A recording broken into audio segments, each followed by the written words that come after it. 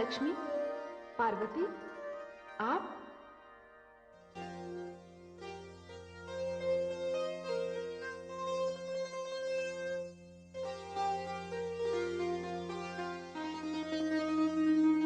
मेरे धन्य भाग कि आज आप दोनों महादेवियां ब्रह्मलोक को पवित्र करने आई हैं। सच पूछे तो देवी ब्रह्माणी, इस समय हमारे यहाँ आने का कारण ब्रह्मा जी ही हैं। कुशल तो है जो आज हमारी दोनों बहनों को अपने जीजाश्री की कुशलता का ध्यान आया।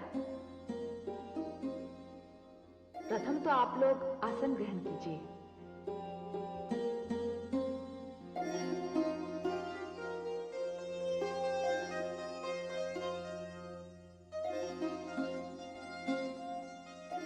क्या ग्रहण करेंगी आप? आपके ब्रह्मलोक के द्राक्ष बड़े मीठे होते हैं महादेवी। हाँ, सो तो है। मैं अभी उनका शीतल रस निकलवाकर आपके समक्ष प्रस्तुत करती हूँ। स्मिता, स्मिता। आज्ञा महादेवी। शीघ्र द्राक्ष रस प्रस्तुत करो। जो आज्ञा। महादेवी, आपके वीणा वादन में हमने व्यवधान तो नहीं डाला? नहीं नहीं महादेवी, मैं तो कुछ श्रुतियों की रचना कर रही थी। हाँ, आप मेरे स्वामी आदि प्रजापति के विषय में कुछ कहने जा रही थी। महादेवी सरस्वती, यदि मेरा ये कथन आपको अपने जीवन में व्यर्थ का हस्तक्षेप लगे तो क्षमा कर दीजिएगा, किंतु हमारी ये चिंता स्वाभाविक है। आदि प्रजापति ने अपने वरदान द्वारा उन दानव दुष्टों शुंभ और निशुंभ को मृत्यु से निर्भय कर दिया है। हाँ महादेवी, और उसका समस्त देवी देवताओं की नीतियों पर बड़ा ही उल्टा प्रभाव पड़ेगा। आप तो जानती हैं, जब कभी दानव शक्ति बढ़ती है तो देवताओं पर संकट आता है। और देवर्षि नारद मुझे बता रहे थे कि धरती के वासियों में भी इसकी बड़ी तीखी प्रतिक्रिया हो रही है। अभी तो वे महिषासुर के उत्पादों से पूर्ण रूप से उभर भी नहीं पाए थे कि ये शुंभ और निशुंभ ने उसका स्थान ले लिया। नारद जी के कथनानुसार पृथ्वी के वासियों में इतना रोष है कि वे तो ब्रह्मा जी के पूजन का विरोध करना चाहते हैं। यही हमारी चिंता का कारण है जो हमें आपके पास ले आया है। हे महादेवियों, इस विषय में मैंने उनसे विचार किया, किंतु वे पिता हैं, सारी सृष्टि उनकी संतान है। वो एक ही बात के लिए एक व्यक्ति को पुरस्कार और दूसरे को दंड देने के पक्ष में नहीं है। वे कहते हैं, यदि मेरी इस न्यायप्रियता के लिए मेरा विरोध होता है तो मैं क्या कर सकता हूं? अब महादेवियों, आप ही बताइए, इसके आगे मैं क्या कहूं?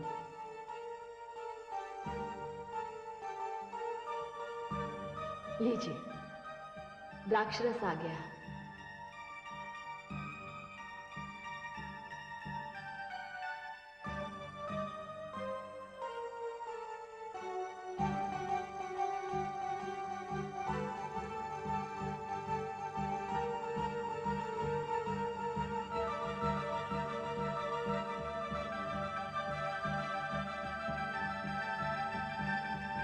हाँ महादेवी, इसके पीने से विषय की कड़वाहट तो अवश्य कम हो जाती है। देवराज, देवराज, देवराज। क्या समाचार है पवन देव? देवराज, हमारे उत्साह बिना ही अकारण दानवों की सेना हमारी सेनाओं की ओर बढ़ रही है। शुभ और निशुंभ की सेना माटी काटती हुई हमारी ओर चली आ रही है। अब आप ही बताइए देवराज, इस समय हमें क्या करना चाहिए? महिषासुर की मृत्यु के पश्चात हमने सोचा था कि हमें कुछ दिनों का विश्राम मिल जाएगा, किंतु ये विश्राम इतना सीमित होगा कि हमने सोचा भी नहीं था पवन देव। मैं जानता हूं कि ब्रह्मदेव के वरदान के कारण हमारी पराजय निश्चित है। तो फिर ज्वालामुखी में अपनी सेना को झोंकने से क्या लाभ? देवगणों, आप लोग शीघ्र यहां से जाइए आप लोग यहां से अपने समस्त परिवार के साथ कैलाश पहुंचिए। अब तो केवल भगवान भोलेनाथ ही हमें इस संकट से उबार सकते हैं। जाइए आप लोग यहां से। पराजय, पराजय, पराजय। इंद्र, तेरा दूसरा नाम पराजय है, पराजय है।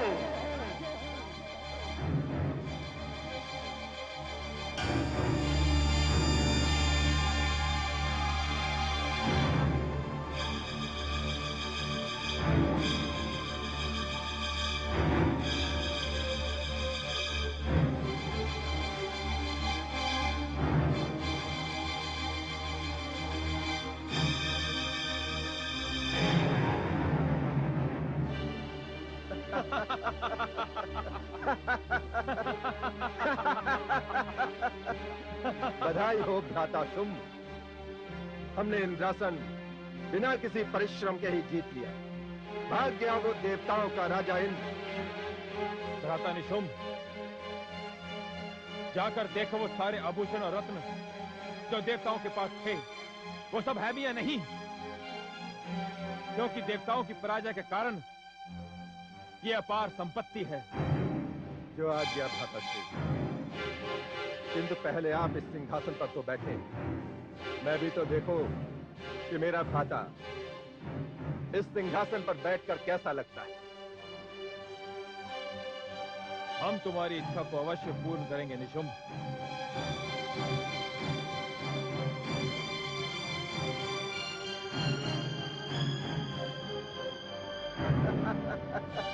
भव्य, सुंदर, अति सुंदर।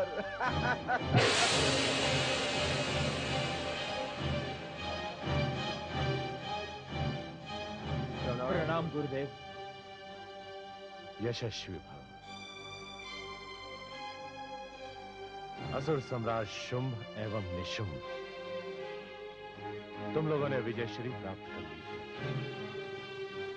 किंतु विजयश्री एक छलावे की भांति होती है। न इसके प्राप्त होने का पता चलता है और न ही इसके खोने। अपने पिता समान ब्रह्म को मत भूलना, महिषासुर का परिणाम मत भूलना, भूले से भी कोई ऐसी इच्छा मत कर बैठना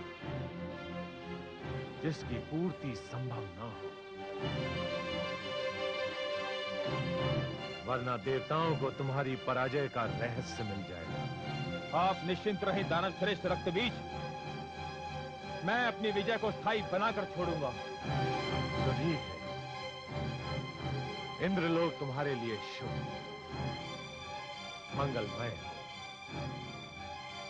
मैं अपनी गुफा की ओर जा रहा हूं।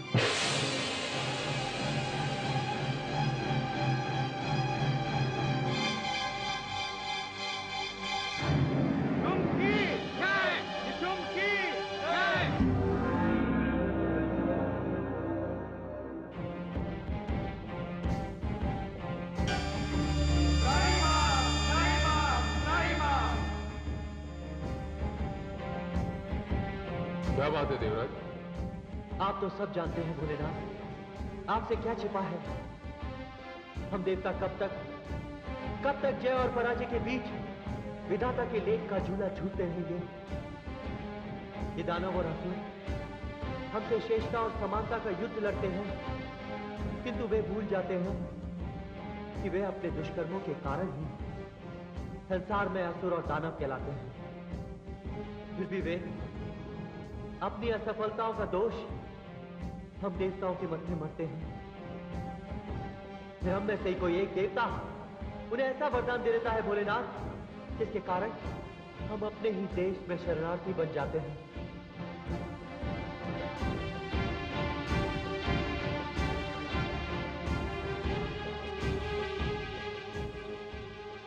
क्या बात है? आज पूरा देवलोक ही यहाँ उपस्थित है। हे मां जगदम्बे, हमारी स्थिति इस समय वही है जो महिषासुर के समय थी। अंतर केवल इतना है कि महिषासुर का स्थान अब शुंभ ने ले लिया है माते। शुंभ और निशुंभ ने सारी पृथ्वी पर हाहाकार मचा रखा है माता। समझ में नहीं आता हम क्या करें। हमें तो देवी दुर्गा ने कहा था कि जब भी हम संकट के समय उनका स्मरण करेंगे वे हमारे समक्ष प्रकट हो जाएंगी। संकट का इससे उचित अवसर और क्या होगा माते, और क्या होगा?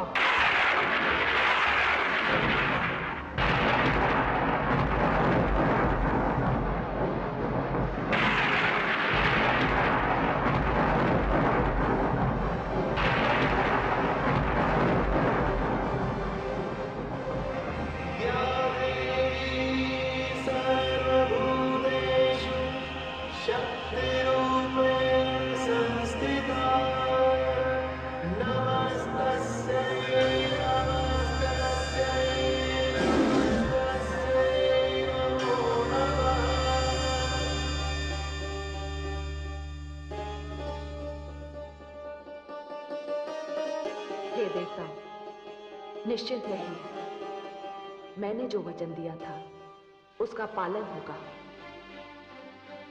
मैं अपनी समस्त शक्तियों के साथ शुंभ और निशुंभ के वध के लिए अभी प्रस्थान करती हूं।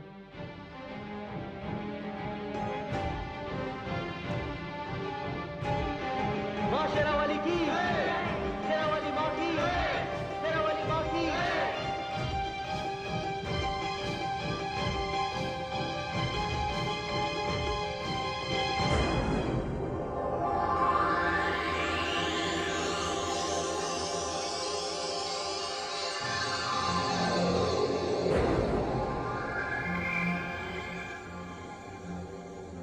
आइए भ्रातश्री निशुंभ। बैठ जाओ अनुज। तुम दानवों के सम्राट हो।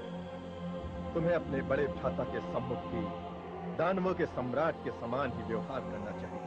जी भ्रातश्री।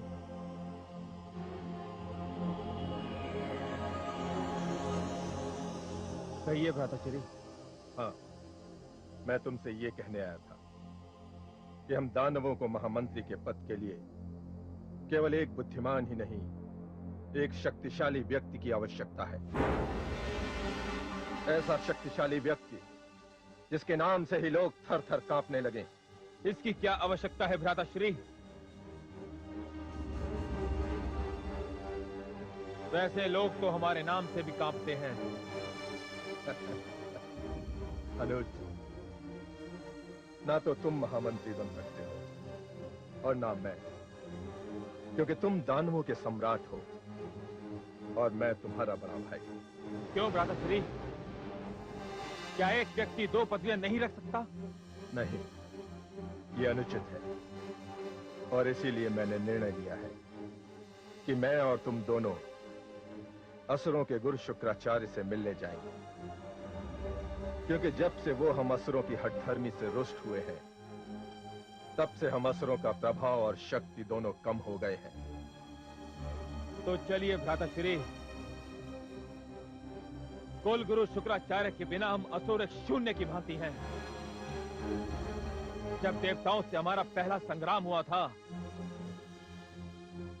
तब हम असुरों की पराजय हुई थी, किंतु कुल गुरु शुक्राचार्य ने ही हमारी पराजय को विजय में बदल दिया था। ठीक है अनुज, आओ गुरुदेव शुक्राचार्य को ले आए।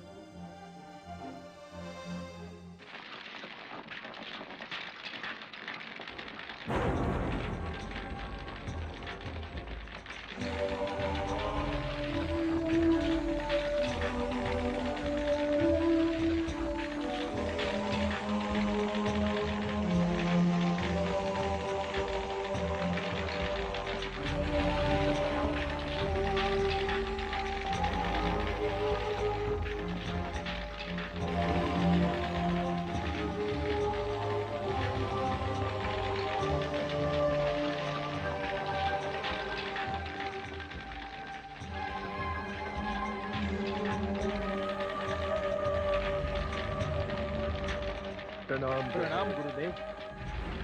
कौन?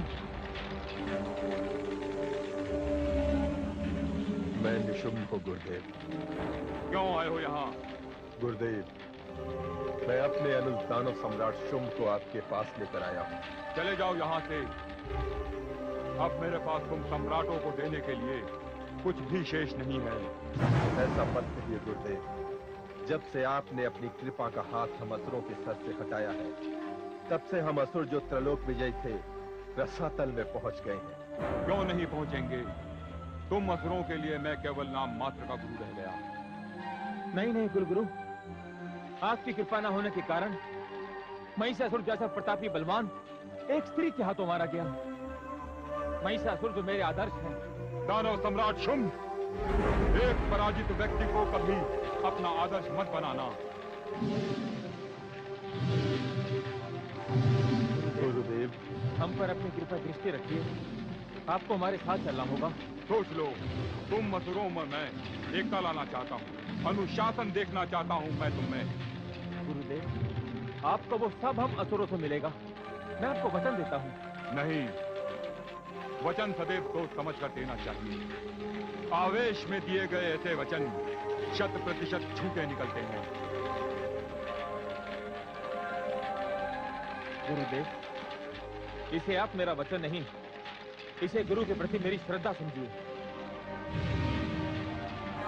ठीक है, मैं तुम्हारे साथ चलूंगा। मैं पुनः एक बार तुम असुरों को संगठित करूंगा और तुम सबको तुम्हारी अकाल मृत्यु से बचा लूंगा। गुरुदेव, ब्रह्मा जी के वरदान के कारण मुझे ऐसी ही इच्छा मार सकती है जिसकी संसार में पूर्ति ना हो। और भला मैं ऐसी इच्छा करूंगा क्यों? बस अभी से ऐसी बातें मत करो। बार बार धोखा खाने के पश्चात भी तुम असुरों की समझ में ये क्यों नहीं आता कि ब्रह्मा तुम्हें वर तो दे देते हैं, किंतु अपने वर के तोड़ को देवताओं के लिए सुरक्षित रख लेते हैं। तुम दोनों मेरी बात मानकर यदि मेरे बताए हुए मार्ग पर चलते रहे, तो तुम्हारे वरदान में जो एक संकट छुपा है, मैं उसे भी दूर कर दूंगा।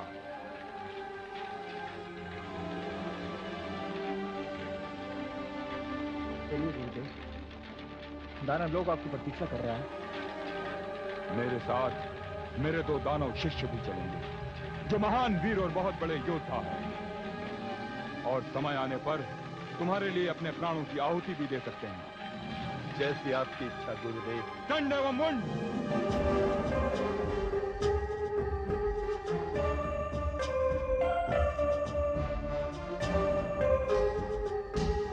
आज्ञा गुरुदेव।